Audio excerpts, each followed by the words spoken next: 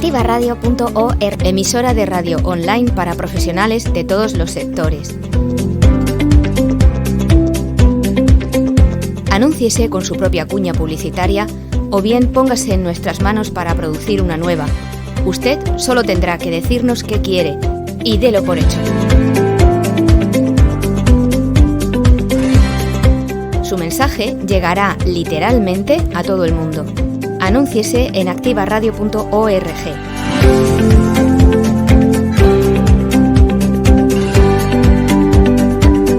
Contacte por correo electrónico en el buzón publicidad@activaradio.es o por teléfono y WhatsApp al 656 981 607. Anúnciese en activaradio.org.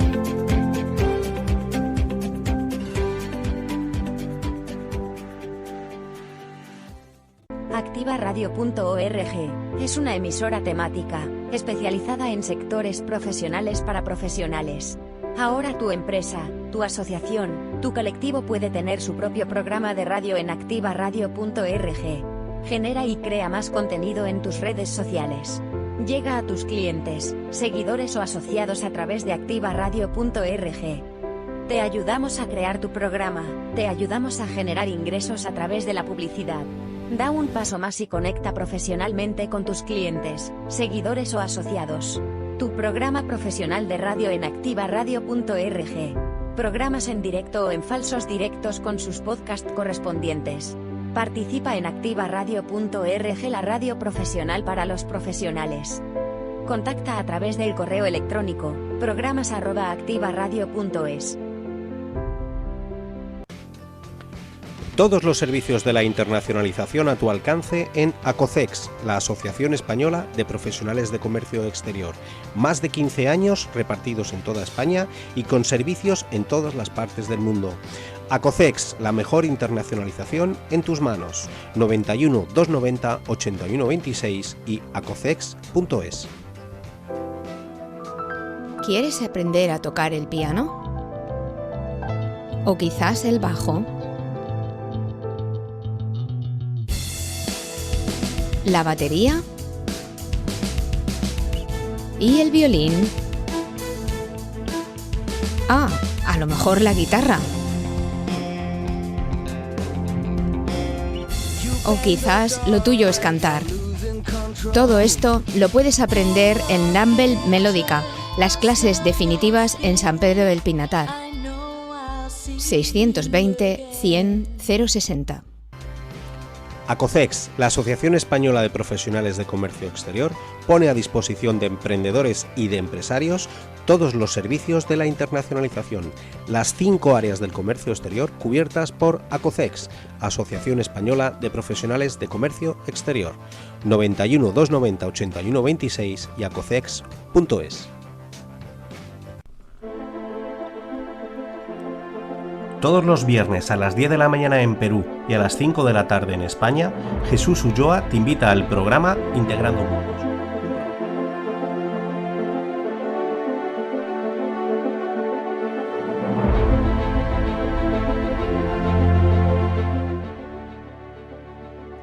Muy buenas tardes amigos, como todos los viernes a las 5 de la tarde en España, el programa Integrando Mundos, la voz de tu negocio. Programa especializado en temas transnacionales y sobre todo fortalecer los vínculos de emprendimiento, empresariales, negocios y culturales entre España, Europa y América. Bueno, como todos los viernes nos acompaña nuestro amigo Fernando Aliaga, que es ingeniero especialista en proyectos de inversión, tanto en Latinoamérica como en la Unión Europea, y también ha realizado una serie de actividades como docente y capacitador y también especializado en temas de marketing. También nos acompaña nuestro amigo José Luis Urbina, que él es economista, empresario, asesor, gestor para todos los temas que son autónomos y asesoría también a empresas y también a sociedades. Y también nos acompaña desde Perú César Villar, que él es un ingeniero administrativo con maestría en operaciones y productividad, asesor empresarial, docente universitario y sobre todo con mucha experiencia en la capacitación y formación de pymes y pequeñas empresas y medianas empresas allí en Perú y todo lo que es la asesoría para puedan incursionar también en los mercados extranjeros de Europa y de toda América y la gente que se dedica a la exportación. Y precisamente este programa llega a ustedes gracias a Activa Radio y también al apoyo que siempre nos viene dando ACOSEX, INFEBEX, ACOSEX, que es la Asociación Española de Profesionales de Comercio Exterior, INFEBEX, que es la Federación Internacional para la Promoción de Negocios y Comercio Exterior, y muy especializada también en un tema que vamos a tratar hoy día en este programa, que son los sellos referentes y también lo que tiene que ver con, digamos, los temas para que certificaciones a las empresas, ¿no? Hoy día tocamos un tema bastante interesante, Fernando. Hola, buenas tardes. Buenas tardes en España, buenos días en Perú. Pablo, buenos días. Vamos, muy contento de participar una semana más en este programa.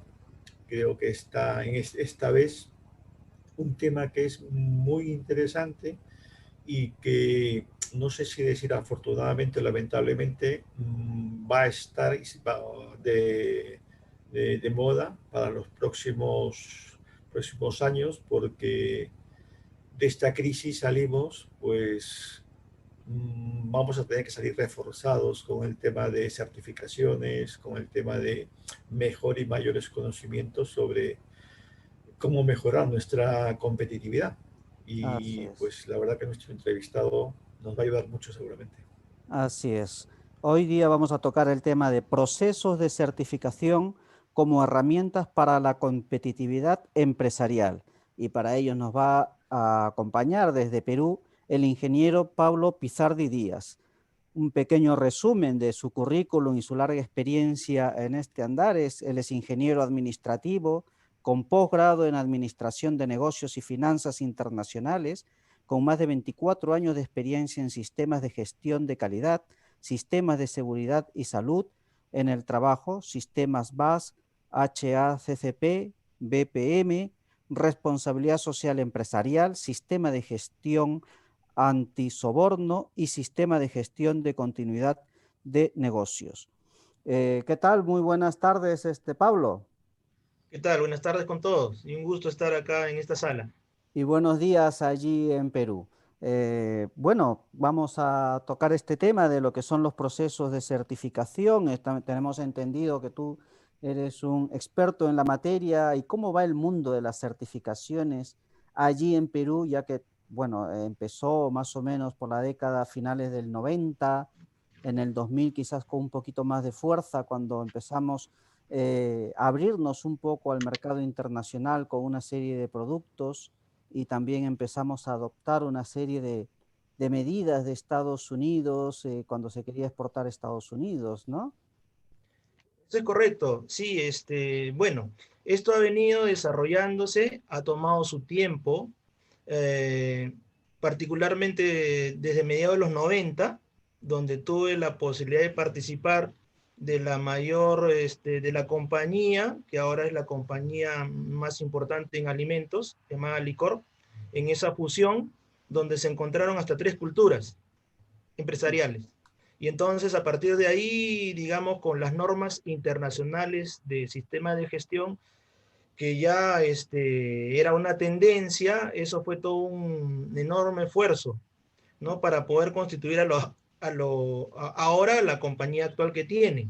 Pero eso de ahí empieza pues por la Sociedad Nacional de Industrias y las grandes entidades que agrupan Confiep, que agrupan a las grandes empresas en el país, que fueron comprometiendo a su cadena de proveedores. Entonces, en la medida que digamos, las empresas grandes y medianas se fueron adaptando a estas exigencias de la globalización, de la apertura de los mercados para ser competitivos, también mencionabas con el TLC, sobre todo con Estados Unidos. Hubieron sectores que comenzaron se vieron en la situación de profesionalizar sus procesos. Y entonces, a partir, digamos, de las normas, los estándares y las recomendaciones que estas normas internacionales te brindan para poder, digamos, optimizar, mejorar, implementar una serie de herramientas y metodologías en cada uno de los procesos de las empresas. Entonces, eso fue, pues, digamos, tuvo una evolución y digamos que fue siendo aceptada, ¿no? Primero por el mercado alimentario, por ejemplo.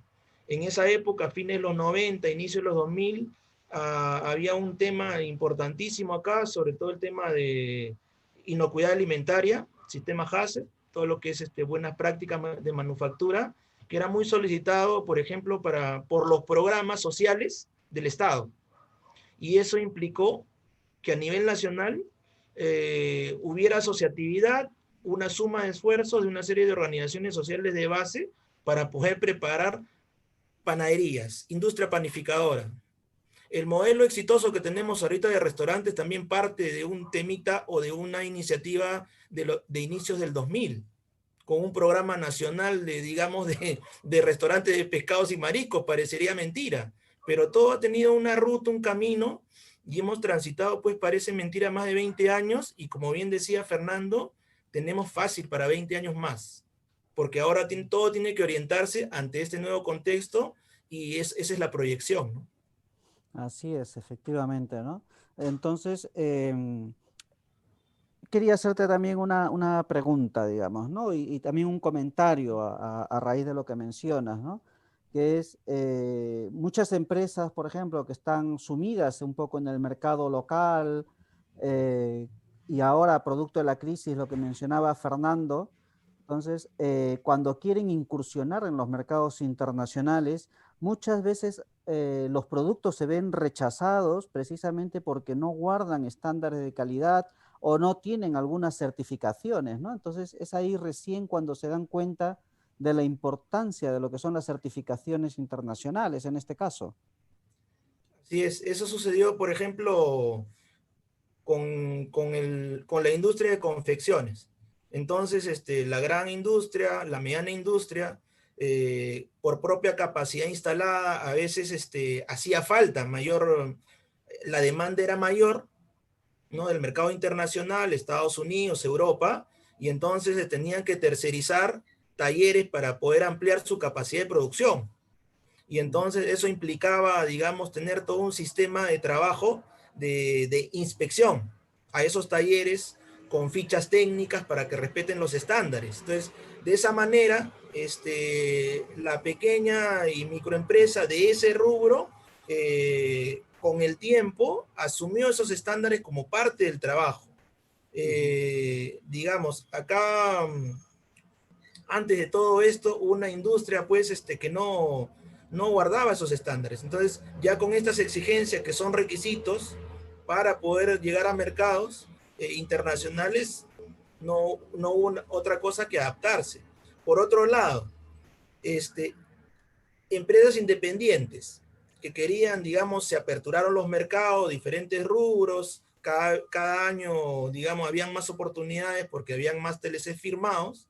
Entonces, ¿qué era lo que pasaba? Que era parte de la cultura de las empresas, que aún todavía existe, pero formaba parte, que era, bueno, te enviaba la muestra y la muestra perfecta, me aprobaban la muestra, pero cuando me enviaban el lote, habían no conformidades, habían defectos, desviaciones en el producto, o de repente yo me encontré con varias empresas, por ejemplo, tuvieron la oportunidad de exportar y, digamos, desconocían el proceso de exportación.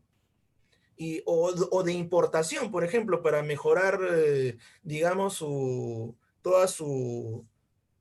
mejorar maquinaria, por ejemplo. Se morían de miedo, mediados de los 2000, de importar, digamos, activos por $15,000. Entonces, ha sido toda una evolución y en el camino también, en la medida que, digamos, esto ha sido más claro cuando el empresario, cuando la certificación de los sistemas de trabajo convertidos en sistema de gestión, digamos, eran requisitos para poder ingresar a nuevos mercados o mantenerse con los mercados y los clientes que actualmente tenían y cada vez elevaban la valla en temas de estándares, ¿no? Sí es cierto eso, ha costado trabajo, pero ya en la mayoría de rubros ya hay empresas pues que han, digamos, se han nivelado, ha costado tiempo y tenemos para un buen rato más. Así es. Aprovechando la presencia aquí de nuestro amigo y compañero panelista de estos temas como César Vidal. Eh, Tú como docente, César, ¿cómo se ha venido incorporando eh, todo este tema de las certificaciones, los ISOs, tanto en los procesos como en los productos? ¿Cómo has visto tú esta evolución como docente? Claro, y en ese tema, y con Pablo generamos una corriente dentro de la universidad, ¿no? Porque inclusive hasta el 2004 el curso de calidad solamente era un curso más, ¿ok? En el cual se veían conceptos teóricos, no se tocaba nada de la mirada desde el punto de vista estadístico. Ya a partir del 2005 se comenzó a trabajar ya los temas de calidad visto a partir de las normas, ¿ok? Personalmente creo que todavía falta mucho por andar, y Pablo también es testigo de esto. Uno puede hacer una intervención en una determinada empresa para poder agarrar y lograr los procesos de certificación, y de repente uno se encuentra con la primera valla, que es no contar con el recurso humano adecuado. ¿Ok? Ya un recurso humano que de repente puede ser un ingeniero industrial, pero no tiene las capacidades y los conocimientos, y esto comienza a ser algo nuevo. Entonces los procesos de capacitación se vuelven un poquito más largos. ¿Ok?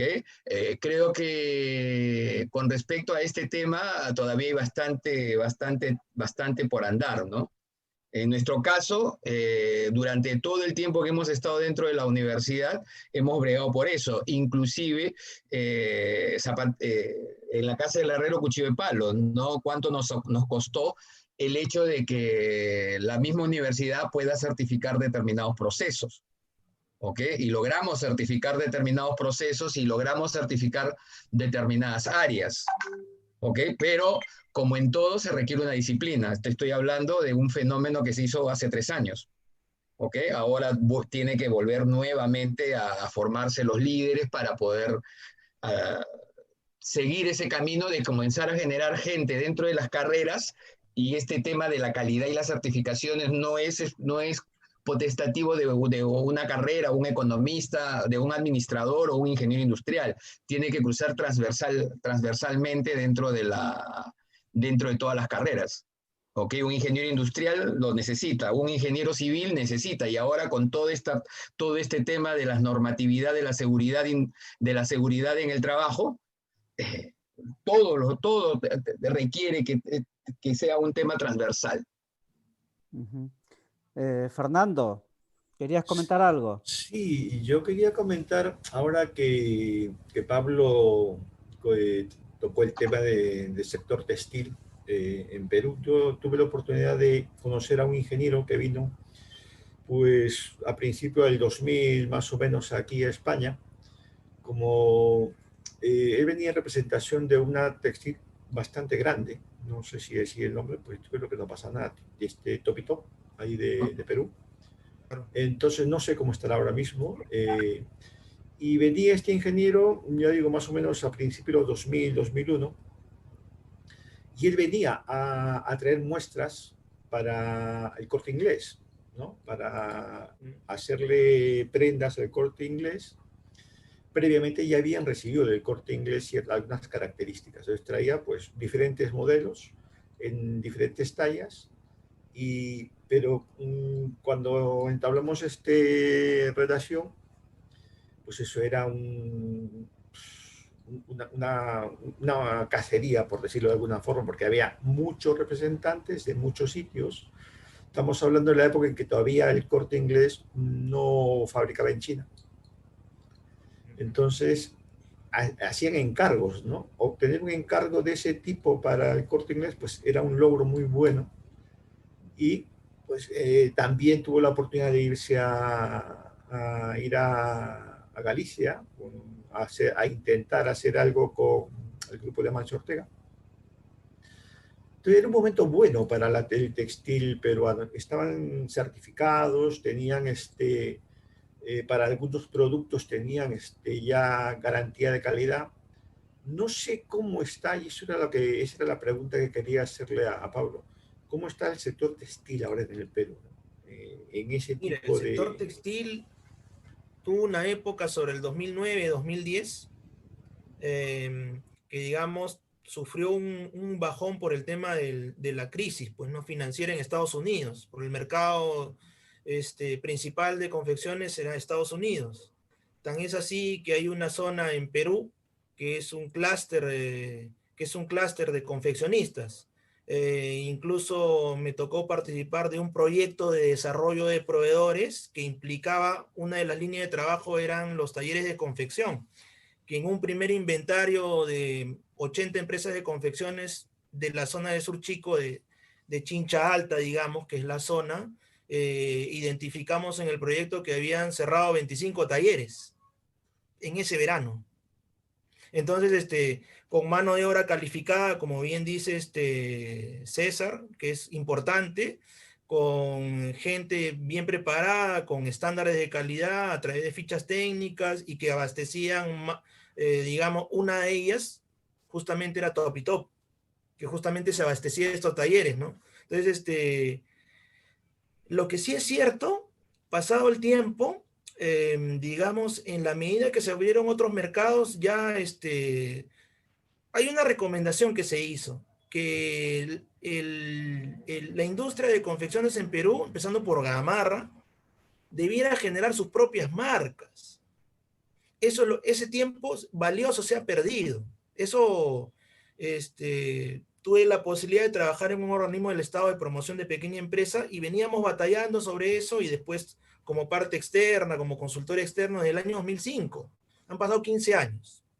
Muchos se abrieron y digamos, abrieron consorcios de varias empresas, buscaron otros mercados, Brasil, Argentina, pero la mayoría se quedó en el modelo del emporio, y es lo que vemos ahora con la crisis sanitaria, ¿no es cierto? Entonces, eh, pero digamos, en términos de capacidades, la capacidad está ahí y ha estado siempre, ¿no? Ahora, el tema es que pues por la misma globalización y los TLCs, la competencia acá en el mercado interno con los productos chinos e hindúes, por un tema de escalas, pues digamos, nos sacan del mercado, ¿no? Entonces perdemos espacio. Entonces el tema es, si hubiésemos generado, digamos, marcas, porque buena confección hay, entonces ese es el tiempo, ¿no? Entonces, hay incluso, últimamente he visto, han venido o han regresado a Perú de Nueva York un par de empresarios, diseñadores que están generando eso. Entonces, pero como capacidad instalada la tenemos. Mercados, hemos pasado varias crisis, igual, ahora vamos a ver, pues, ¿no? Hay otras normas también que han salido por el tema del contexto sanitario, ¿no? Entonces, ciertas, digamos, tipos de tela, todo eso va a variar, pero si eso no se hace sobre la base de un taller o una planta o una gran empresa cuyos procesos estén controlados y que fácilmente estén acostumbrados a asumir y adaptarse para poder aplicar nuevas normas, nuevas formas de trabajar, digamos, en su mayoría existe la capacidad y en eso estamos, ¿no? Estamos batallando en eso. Yo quería hacer vamos, aprovechando eso. Sí, es cierto, si dices que la capacidad instalada existe, pero el gran problema, y hablando ya en términos como ingenieros, pues la capacidad instalada, al convertirse en capacidad ociosa, pues evidentemente la degeneración es muy rápida y hasta cierto punto pues hace inservible ya esa capacidad instalada. Podemos tenerlo en el activo, pero la depreciación es total. Viendo, a lo mejor le darías la razón a los que no quisieron hacer el tema de la marca, porque ahora mismo pues estarían en la misma situación que los que se quedaron y decidieron hacer marca, porque tampoco es competitiva una marca cuando no se puede salir con alguna especialización, una mayor calidad. Yo pongo siempre el ejemplo, Perú tiene un punto distintivo en tema de algodón, pues que está el algodón, el Tanguis y el Pima, que son de muy alta calidad. Es una calidad contrastada a nivel mundial. He conocido grupos textiles en otros sitios que se han dedicado en tiempos de crisis, por ejemplo, a partir del 2008, 2009, a elaborar productos de calidad, pero para mercados de lujo, ¿no? En el Perú se perdió esa oportunidad cuando se difundió mucho la alpaca, la vicuña, por ejemplo, que está protegido ahora, y todo se engloba dentro de lo textil. ¿Por qué no aprovechar eso? ¿Sabes tú del motivo por el cual la textil no se dedica al lujo, que es lo único que no ha bajado, siempre ha obtenido beneficios? El mercado del lujo no ha sufrido crisis. Sí, claro. Lo que pasa es que el 80% es de la industria, pues, ha fijado su mirada hacia el mercado interno. Incluso hay experiencias, por ejemplo, aparte del algodón, hubo una experiencia también digamos, en el tema de diferenciación para generar valor en el producto, era el uso de tintes naturales, ¿sí? A partir de plantas nativas. Y entonces eso también, también pudo ganar, digamos, el mercado en el Canadá, me acuerdo. Entonces, pero son iniciativas que requieren, digamos, de otro actor que impulse más esto. Y que, digamos, en la medida que el empresario vea que hay al análisis beneficio-costo sencillo, hay mayor beneficio que el costo, entonces ingresa y se fortalece, ¿no? Entonces, eso es lo que digamos, ha faltado. Entonces, digamos, y todo lo que es confecciones, digamos, en un primer momento, la primera recordación que tenemos en Perú es Gamarra. Y confecciones es más que eso. O sea, si bien es cierto, es un emporio, mueve parte de la economía, aporta al PBI, pero digamos, ese modelo en algún momento, pues, como bien dices, colapsa, pues hay que buscar variantes, de repente hay que aprovechar ese momento y sobre todo donde el empresario tiene recursos para ir viendo otras opciones o mercado, digamos, este es un mercado de precios o un mercado de valor agregado, ¿no? Y el valor agregado empieza pues por la innovación. Acá, por ejemplo, se tiene un centro de innovación tecnológica en confecciones. Entonces, es toda una estructura, pero, digamos, el privado, el empresario siempre ha estado mediano, grande, mediano, pequeño y micro. El tema es el actor que tiene que impulsar esto. Entonces, sí, hay todavía muchas posibilidades y recursos humanos hay, más bien es otro contexto, ¿no? Y eso hay que evaluarlo. Recuerdo mucho, por ejemplo, una gran empresa de la industria energética, de gas, y lo que pedía era un traje antiflama, que es, digamos, más asequible en otros países de repente. Acá eso hubieron consultas, pasó como medio año, medio las pruebas, el tema del patronaje, todo el proceso de desarrollo de productos, ¿no? Tomó tiempo, se hizo, pero ya cuando la oportunidad ya no estaba, por ejemplo. También, ahora, otro tema también que tiene que ver es la tecnología, ¿no? Nosotros ahora estamos en un grupo, digamos, interactuando, compartiendo, y eso está costando mucho, porque son empresarios que están acostumbrados por cultura a un tema de interacción personal, ¿no? En ese modelo, entonces, hay todo un reto enorme para poder adaptarse, ¿no? Entonces, es un poco nuestra responsabilidad, como bien decía, desde las aulas, como bien decía César, ¿no? Pero no sé si me permites, Fernando, creo que el tema de la entrada a mercados de mayor calidad parte justamente por ese modelo inicial que también lo vimos en algún momento y una de las tantas iniciativas del SEAS, el tema de desarrollar marca. Porque al final de cuentas la marca es la que te va a ayudar a proyectar ese tema de calidad.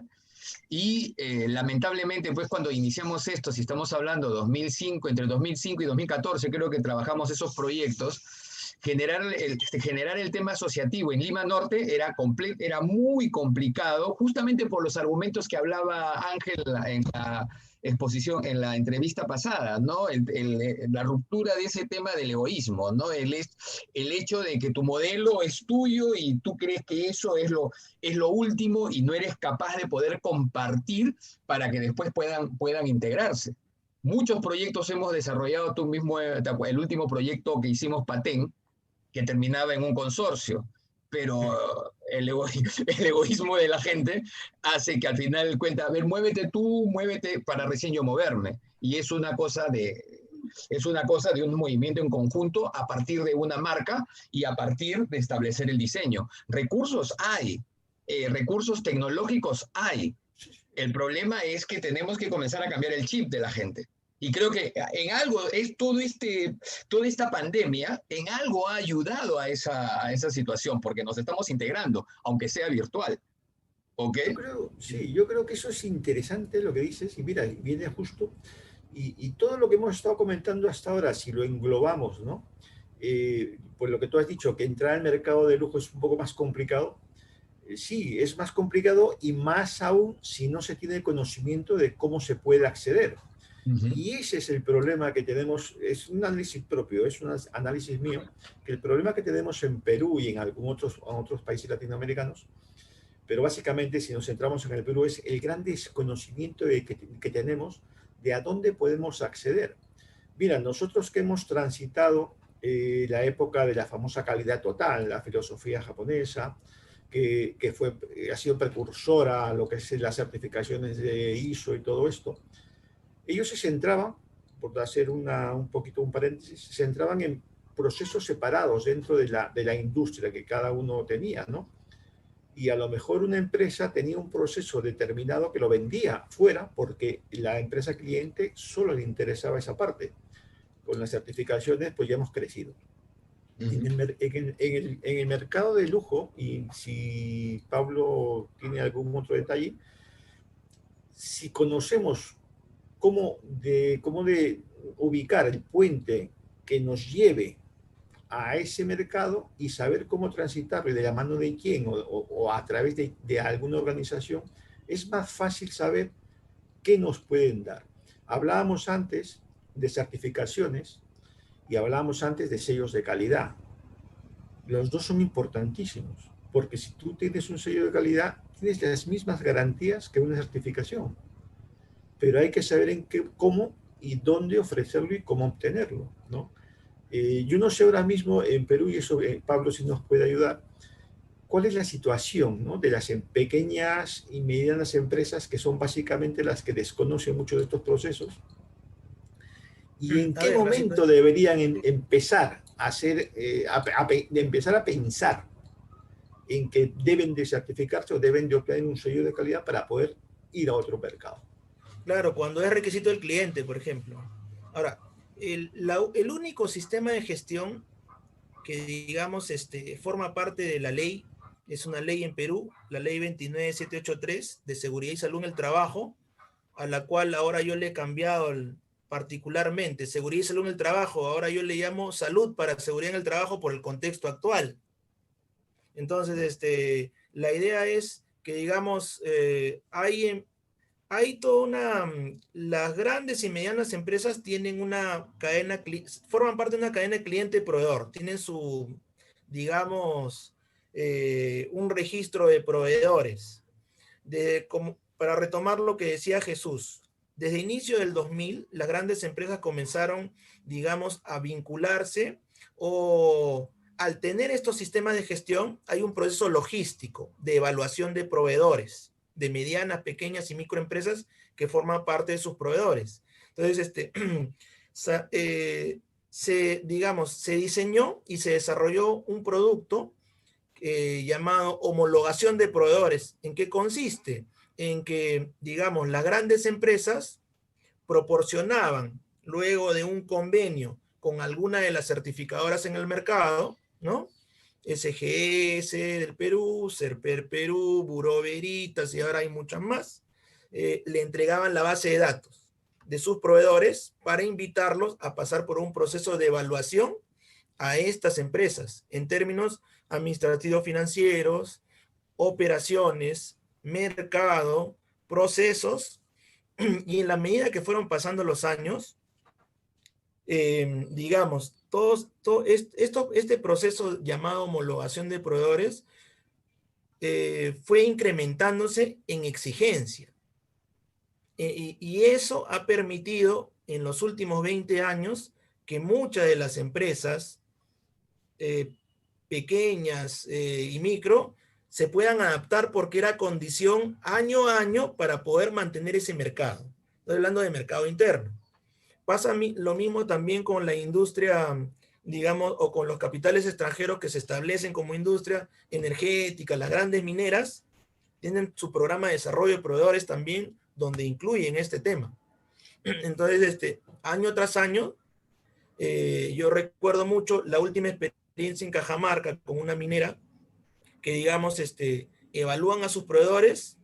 La campaña es entre abril y noviembre, en diciembre los evalúan, y en la medida, si sacan tal puntaje, hay una cantidad comprometida, digamos, de carga de trabajo para la siguiente campaña. De eso, digamos, el tema del mercado y el tema que eso, digamos, se expresa en cifras, y el empresario lo sabe, eso, digamos, es una de las motivaciones. La motivación económica. Y otra, el empresario, digamos, de micro y pequeña empresa, muchas veces parte de la experiencia propia que ha tenido en determinado sector. En provincias o en regiones, por ejemplo, hay empresarios que se encontraron, pues, con que la gran empresa instalada en la selva, o en Piura, o en Pucallpa, o en Arequipa, le decía, tienen que crear empresa para poder vincularse y poder cumplir con el tema, digamos, de responsabilidad social que tenemos. Pero pues muchos eran comuneros, o se dedicaban a la agricultura o a la ganadería, y había que, digamos, rápidamente formar un mínimo de capacidades para que puedan gestionar o administrar una empresa. Entonces, todo ese proceso ha durado los últimos 20 años. Y entonces en eso estamos. Entonces, ahora tan es así, como le decía, digamos, ahora lo que es seguridad y salud en el trabajo es parte, digamos, principal, porque por las resoluciones que existen en el país, todas las empresas, todas las personas jurídicas tienen que registrar un plan de vigilancia ante el COVID-19. Sí, protocolos, sí, me imagino. Y los protocolos correspondientes, ¿no es cierto? Entonces, esto de acá, como bien decía César, digamos, si ya en estos 20 años hubieron muchas empresas y empresarios, y hay recursos que se ha preparado y que ya conoce de qué se trata el cumplimiento de estándares, controles, registros, políticas, con esto se ha descubierto, pues, que no era algo nuevo. Hay empresarios, esta ley es del 2011, por ejemplo. Estamos en 2020 y hay muchos empresarios que la desconocían. Y esto está, digamos, integrándose. Por ejemplo, esta exigencia, en términos de seguridad y salud del trabajo, integra la mirada del Ministerio de Trabajo, la mirada del Ministerio de Salud, la mirada de organismos fiscalizadores como la Superintendencia Nacional de Fiscalización Laboral, llamada SUNAFIL. Entonces, todo esto implica SUNAT también, que es la administradora de impuestos. Entonces, ahora, esto de acá es una gran oportunidad, si es que los funcionarios que están en las entidades del Estado que he mencionado, esto puede sumar a impulsar todo esto con otra mirada. Entonces, post-COVID, la economía ahora está siendo distinta, todo se ha modificado y, digamos, vamos a tener que adaptarnos al desarrollo de nuevos estándares para poder ser competitivos y mantener clientes internos y externos. Y dime una cosa, perdón Jesús, que es para no... Dime una cosa, Pablo, todo ese proceso que se inicia al 2010, 2011, entendido, ¿qué se necesita ahora mismo para que se pueda motivar más a ese grupo de empresarios o de empresas?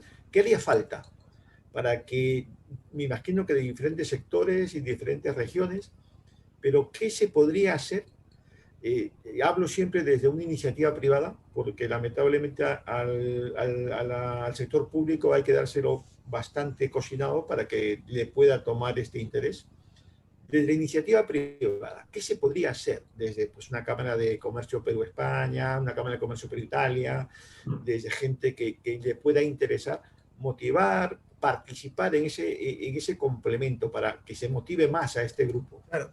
Por ejemplo, sí, yo creo que, digamos, es un tema de mercado, ya hay una cantidad, una masa de empresas a nivel nacional en las diferentes regiones, muy competitivo, entonces, en los diferentes rubros. Entonces, a la interna, a nivel país, para mí, y eso lo he comentado, tenemos grupos con César, profesionales de otras especialidades, gente, digamos, con la que he trabajado muchos proyectos en diferentes regiones. Acá, a la interna, por ejemplo, en el Estado, con tantos bonos que han existido, hace un tiempo atrás hubo un bono muy interesante para las empresas, un bono empresarial, pero era para utilizar, para capacitar y generar capacidades en el empresario o en trabajadores claves que rápidamente se puedan demostrar que tenían un impacto en su trabajo, en su proceso, en el día a día. O, sí, entonces, y también eran bonos empresariales para capacitar y otros bonos para brindar asesoría, por ejemplo. Entonces, lo que tenía que demostrar es pues de que era la empresa formal, de que estaba al día en impuestos, que tenía una planilla. Entonces, había una compensación, porque el empresario en el país y ahora más desconfía más de las instituciones, y la idea es que esto fue pues todo un tema que se sostuvo durante más o menos 6 años y funcionó muy bien. Entonces, sería interesante. Del otro lado, del lado del exterior, por ejemplo, hay mucha expectativa, por ejemplo, en el café, en el cacao, en las mismas confecciones, particularmente también, bueno, he tenido la posibilidad de trabajar ruedas de negocio o jornadas de enlace comercial, como le llaman. Entonces, en algún momento vino un empresario italiano al Sur Chico y a través de la municipalidad, por ejemplo, convocó a una gran cantidad de emprendedores y empresarios del rubro de confecciones. Había traído una muestra de una ropa para bebé. Y digamos, lo que pidió fue muestras. Y entonces la idea es, no sé, buscar que establecer, eso no fue sostenible porque pues no se concretó, a través de la municipalidad no funcionó el de desarrollo económico, se perdió el contacto, pero fue una buena oportunidad, por ejemplo. Entonces, yo creo que establecer un espacio donde, digamos, se pueda articular o vincular posibilidades de demanda con la oferta que pueda existir, siempre y cuando haya ciertos requisitos, ¿no? Por ejemplo, el tema de las muestras, que eso sea estándar, que esté bien controlado, que tenga un sello que garantice, por ejemplo, ¿no? Entonces, las 2 últimas experiencias, por ejemplo, me tocó visitar el 2018 en la selva de San Martín, una planta de palmito, enlatado, mercado de Israel. O de repente en Pampas de Junín, y ahora ese es empresario, y ahí está en la web, Superalimentos. Ese doctor había regresado de un puesto en la ONU, en la OEA, para poder hacer empresa en zona de, digamos, en zona de Junín. Instaló su empresa y lo que hacía era, pues, harina de maca. En principio, ahora tiene N productos naturales, potenciados, y es digamos, es muy exitoso. Ya está en el retiro, la segunda generación está, digamos, tomando el tema. Entonces, yo creo que desde fuera sería importantísimo generar un espacio, ¿no? Para vincular eso, para vincular oferta y demanda, o la demanda externa, y de ahí se detectarán si es que se necesitan, pues, como bien decía Fernando, digamos, generar capacidades para que puedan exportar, ¿no es cierto? O de repente, digamos, mejorar a la interna los procesos de la empresa para que salgan productos, digamos, que sean estándares, que cumplan los requisitos, ¿no? Entonces, desde mi punto de vista, hasta donde digamos, el empresario está esperando eso, posibilidades de mercado, ¿no? Mira, yo Ese es... te puedo comentar un caso que me surgió a mí ahora que comentas tú eso de zonas de que se encuentre, ¿no?, la demanda y la oferta. Entre el año 2010 y 2015, cuando Perú tenía, pues, un crecimiento bastante bueno a nivel mundial, no solo latinoamericano, yo he tenido oportunidad de ir con empresas a Perú de diferentes sectores. Entonces, en algunos casos hacíamos exposiciones, ¿no?, previamente concertada, pues en algún centro de exposiciones de hoteles. Entonces, sí, obteníamos gente que le interesaba asistir. La idea era que el empresario que iba de aquí, pues, puede exponer a un mínimo de 10 empresas del rubro interesadas, ¿no?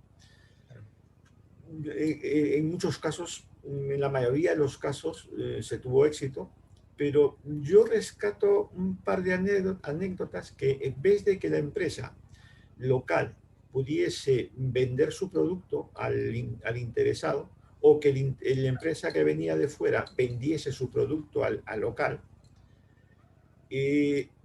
hubo un acuerdo de formación. Le decía, quiero que venga algún técnico para que enseñe aquí a mi empresa el desarrollo de los procesos y de los productos, ¿no? Entonces, Claro. les interesaba más que venga gente a enseñar a Perú la diferenciación entre los procesos, ¿no? Y cómo se ha llegado a eso. Esa era la filosofía de un par de empresas. Eso me llamó la atención porque realmente no habíamos ido a eso. Entonces había que, pues, reconsiderar toda la oferta, y yo no sé si eso le sigue faltando al empresario peruano, porque aquí en el año 95, lo he comentado alguna vez, en la zona sur de Madrid, una zona industrial muy grande, comenzaron a preguntarse qué pasa con las certificaciones, ¿no? Entonces, la mayoría de los pequeños y medianos empresarios de polígonos industriales no sabía qué era la certificación, pero tampoco sabía quién estaba certificado de sus vecinos, por ejemplo. Yo no sé si en Perú existe algún catálogo o algún sitio donde tú puedas decir, oye, ¿qué empresas están certificadas en diferentes sectores? Sí, hasta hace un par de años, claro, había un catálogo, justo ahí. Yo tengo el anterior, pero el año pasado me pasaron un catálogo de empresas certificadas en sistema de gestión, en los diferentes sistemas de gestión, ¿no? Entonces, sí existe. Ahora, en el tema de certificaciones, antes que se me vaya la idea, justo también, eso fue gradual. También hubo proyectos donde, digamos, claro, desde un lado, las grandes empresas, ¿no?, internas y extranjeras, exigían estándares de sus proveedores, tenían este esquema de homologación, invitaban a estas pequeñas empresas a ser evaluadas. Yo recuerdo mucho, un primer cuestionario de Alicor a sus proveedores era de 20 preguntas. Ahora están, pues, sobre las 250 en los diferentes rubros. Cada vez ha subido la valla. Ahora, de otro lado, hubieron proyectos también con fundaciones, ¿no? Digamos, donde hubo un esquema gradual de certificación. Sí lo recuerda César, también ha participado en eso. Hubo una certificación llamada Certipyme, que era a la organización. Primero es cómo está organizado, ¿no es cierto? Entonces, porque todo el mundo con la expectativa, y me parece que está en Perú, en Lima, en esos años, 2005, era TLC Estados Unidos, y bueno, todos van a tener oportunidades. Bueno, todos los que estén preparados, ¿no? Entonces, y como consecuencia de estar preparado, digamos, tú validas todo eso, ese sistema de trabajo, así de sencillo, y simplemente te recomiendan para que tengas la certificación que estés buscando, que el mercado te esté pidiendo.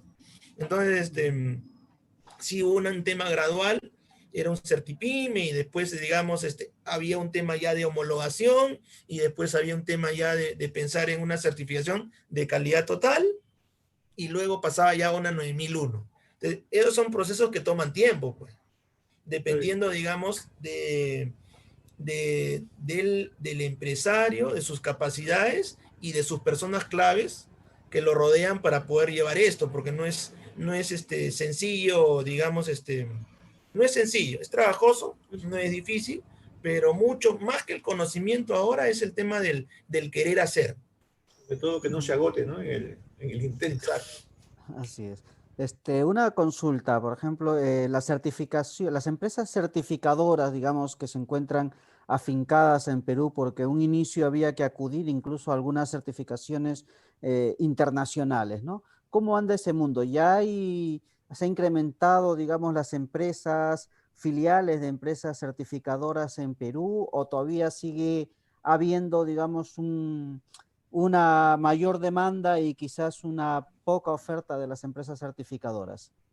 Claro, no, sí hay mayor oferta. En el tiempo también, digamos, Indecopi se desprendió de todo lo que es temas de certificación de sistemas de gestión y de productos, ¿no? Y eso se transformó en una entidad ahora que se llama INACAL, el Instituto Nacional de Calidad, que es la que emite. Eso es muy importante tu acotación, Jesús, porque eso me implica llevar a que, digamos, en la primera década del 2000, mediados de los 90, la producción de normas técnicas en Perú, por ejemplo, era mínima comparado con Chile, con Colombia. Mínima, mínima. Si nosotros preparamos una norma técnica en Perú, en Chile estaban en 40, sobre el mismo tiempo. O Colombia estaba en 60. Y entonces, ¿cómo estandarizamos, por ejemplo, digamos, tejido de alpaca, o de repente, no sé, cualquier otro tema, o el café gourmet? Entonces, lo que pasa es que es un país muy hermoso, muy rico, muchos recursos, pero pues falta tiempo. Entonces, bueno, esto fue muy bueno. ¿Por qué? Porque también en esta institución se acreditan los organismos de certificación. Y entonces, organismos de certificación como SGS, por ejemplo, no requiere, porque pues tiene una matriz con una certificación y una acreditación del exterior. Eso es lo que está facilitando. Se están instalando otras certificadoras. AENOR, que es la asociación española, ¿no? También está bastante fuerte los últimos años por acá. Buró Veritas también está fuerte. Entonces, por más que el mercado o la economía, digamos, haya tenido en los últimos años, ¿no?, el crecimiento y el desempeño esperado, hay todo un tejido que ha sido trabajado los últimos 25 años, que no es así de sencillo, que es, digamos, y las empresas que están vinculadas a ese tejido, digamos, micro y pequeñas empresas, vinculadas a ese tejido de medianas y grandes, saben que tienen que proteger ese mercado. Y entonces cada vez se asumen estándares y estándares y estándares.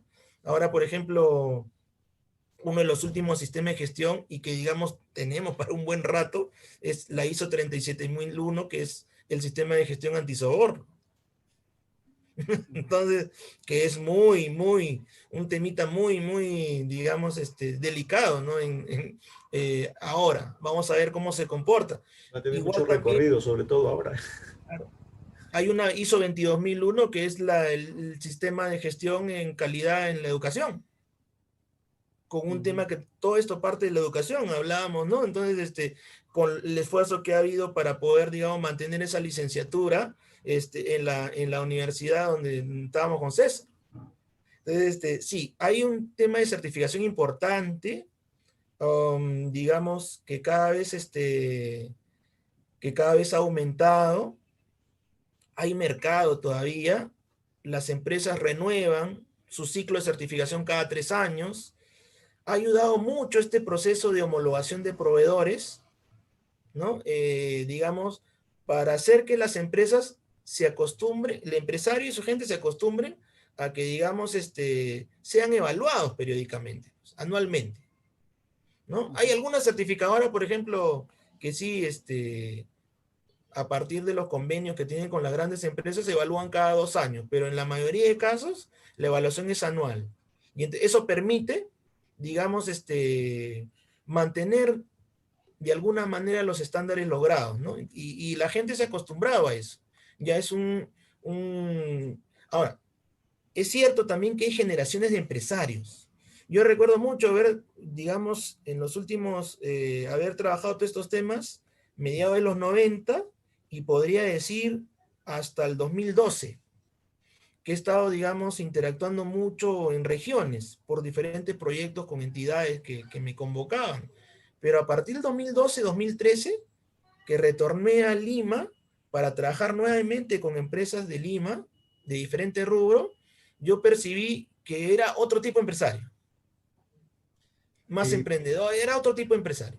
Pablo, ¿no? antes que se me vaya, ahora mismo, dentro de todos los sectores que hay de comercialización, de industria, de todo lo que sea en Perú, ¿cuál es el que está demandando mayor cantidad de certificación para su comercialización, para salir fuera o para el mercado nacional? ¿Cuáles son los sectores que son los mayores demandantes de certificaciones actualmente? No sé si eso está más o menos, lo tenemos claro. A ver, digamos, a ver, el que está todo este tiempo, digamos, sobre todo para mercado interno, es el sector de servicios de contratistas de obra. Y todo lo que vincula, porque arrastra una serie de otras industrias conexas, ¿no? Metalmecánica, servicios, insumos, industria de confecciones por los EPPs, ¿no? Los equipos de protección personal, los uniformes, ¿no? Arrastra mucho eso. Y lo otro es, al externo, es la agroindustria. Ni hablar, la agroindustria no ha parado, o sea, no se ha detenido.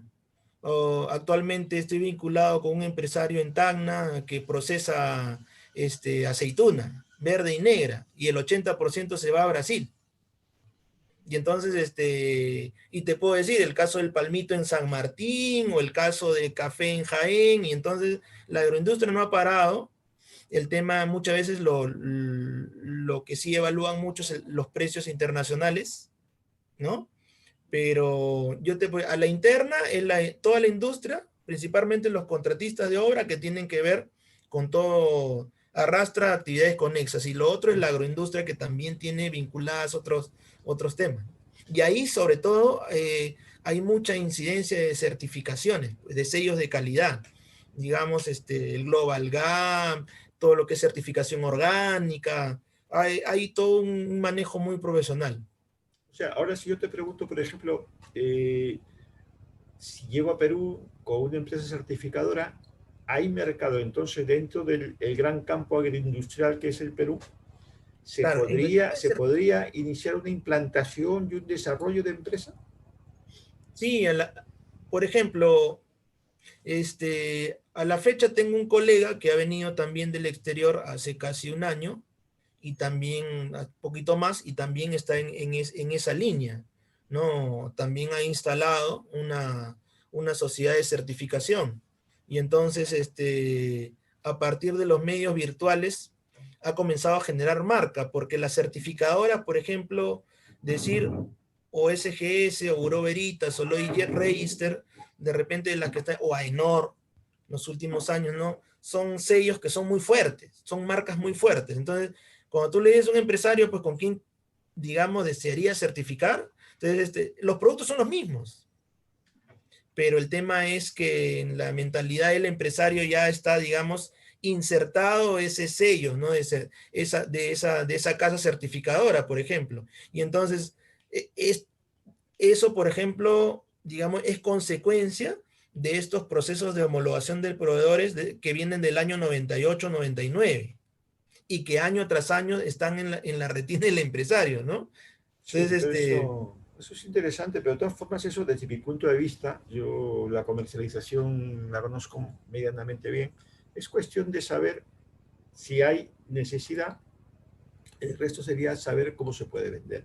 Pero al fin y al cabo la certificación es un sello, y que lo más que vas a ver es el sello de qué norma es. Ya lo de AENOR y lo de Veritas lo vas a ver muy pequeñito, pero lo interesante es, porque no deja de ser que AENOR o empresas así de ese calibre, los costes van a ser también muy grandes a la hora de iniciar el proceso y hasta llegar a la certificación. A diferencia a lo mejor de otra empresa que llegue también con certificadora igual de válida, y que sus costes van a ser más pequeños, ¿no?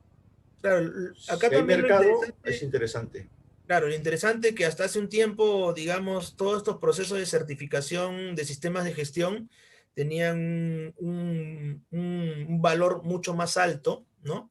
Más significativo, en la medida que, digamos, en todos estos años se ha venido, digamos, preparando o desarrollando capacidades en auditores líderes internos peruanos muy competentes, ¿no? Eso también ha ayudado digamos, a desarrollar el mercado, pues.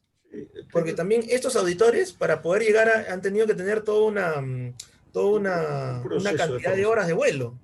Y entonces, estos auditores, en principio, pues de los años 90, principios de los 2000, han venido participando, digamos, en estos procesos de auditoría y homologación. Eso ha ayudado a preparar tanto a las empresas como a los evaluadores. Sí, yo estoy en contacto con algunos ingenieros en la mayoría de los casos, que es una generación que está entre los 35 y 40 años, Así es, que así se es. están dedicando prácticamente al 80% al tema de certificación. En el Perú hay bastante.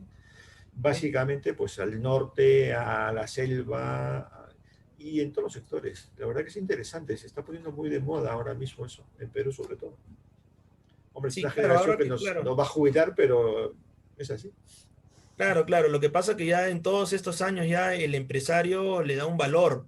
Entonces, y le decía, por ejemplo, y César conoce también, me acompañó a esa empresa, ¿no? Una empresa que fabrica subestaciones eléctricas de media tensión y Sí, que, digamos, para poder ser más atractivo y de repente estos dos socios peruanos, que tienen dos socios españoles, poder sentarse en la mesa de negociación en el directorio de fin de año con una mejor posición de negociación es distinto, digamos, sentarse esa mesa de directorio sin ISO 9001 que con ISO 9001.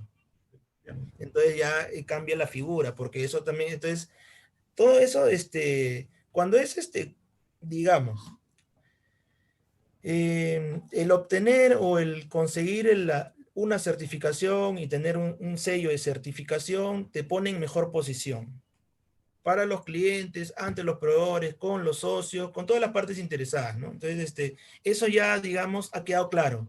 Sí se tiene eso bien claro en las diferentes industrias y bueno, ha tomado bastante tiempo y tiene para un buen tiempo más. Sí, sí, está Eco, clarísimo. así es. Así es. Pues nada, muchísimas gracias, Pablo, por tu disertación, por tus consejos y sobre todo por comentarnos un poco la realidad del mundo de las certificaciones en Perú, cómo ha evolucionado. Es un gusto saberlo, la incorporación, digamos, de muchísimas empresas de reconocido prestigio que se han incorporado al mercado peruano y las certificaciones. Eso quiere decir de que muchas empresas están demandando este tipo de servicios, pues y pone los productos peruanos, digamos, en el mejor nivel de partida, digamos, para incursionar en el mercado internacional. Claro que Muchísimas sí. gracias, Pablo, y no va a ser la última vez que hablamos. Yo creo Claro que que sí. vamos a molestarte en cualquier otra oportunidad para seguir Claro que sí. conversando. Encantado, encantado. Vale, muchas gracias, Pablo. Hasta Gracias. luego. Nos vemos. Bueno, gracias, hasta luego. Bueno, teníamos antes de cerrar algunas consultas que le estaban haciendo a César, ¿verdad, Fernando? Sí, me comentó César pues, César, no te voy a quitar tiempo. Adelante con las consultas Sí, y los motivos. voy a, para que no sé cuánto tiempo nos queda, Un par era de lo que minutos, a ver si resumimos en un par de minutos. bueno, el tema que íbamos, que justamente estábamos proponiendo era, iniciábamos el tema de 3 minutos de marketing, sobre el marketing digital. Justamente está Stephanie, que es la que va a comprimir estos 3 minutos en 2 minutos. A ver. Ok, te doy el pase, por favor. Claro que sí, hola a todos, muy buenas tardes. Justamente quería decir que este es el primer microsegmento de Headscom Digital, un espacio donde queríamos poder brindar conceptos y datos claves sobre el marketing digital que todo empresario debe saber. Y bueno, queríamos hacerlo en 3 minutos, pero hoy lo vamos a hacer en 2, si es posible en menos. Bueno, para poder empezar este microsegmento creíamos necesario empezar a definir qué cosa es marketing digital. Entonces, podemos decir que el marketing digital es un conjunto de actividades que una empresa o persona ejecuta para poder atraer nuevos clientes y desarrollar una identidad de marca. El marketing digital muchas veces utiliza herramientas del marketing tradicional y las adapta. Entonces, aquí la pregunta clave es, ¿realmente necesito implementar marketing digital? Podemos decir, si durante años he venido trabajando y me ha ido súper bien, ¿por qué tengo que implementar el marketing digital ahora? Bueno, no podemos negar que hoy en día somos un mundo que está realmente conectado y el Internet y las redes sociales son parte de nuestro día a día, tanto como nosotros y de los consumidores. Entonces creemos esencial poder implementar el marketing digital en nuestras empresas. Además, podemos empezar con los 4 beneficios del marketing digital para poder hacerlo esto un poquito más rápido, que es que podemos nosotros publicar y poder medir cualquier publicación que realicemos, podemos conocer las características de nuestro público, podemos editar estas publicaciones y es mucho más barato que cualquier otros medios como la televisión, la radio y el periódico.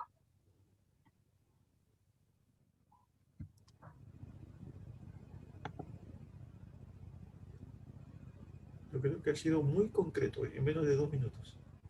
Pues sí, perfecto. Muchísimas gracias, Nicole. Pues nada, hemos llegado ya al final del programa, como siempre muy interesante y nos falta tiempo.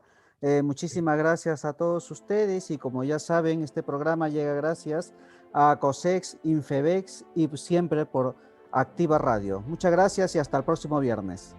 Hasta luego. Hasta luego.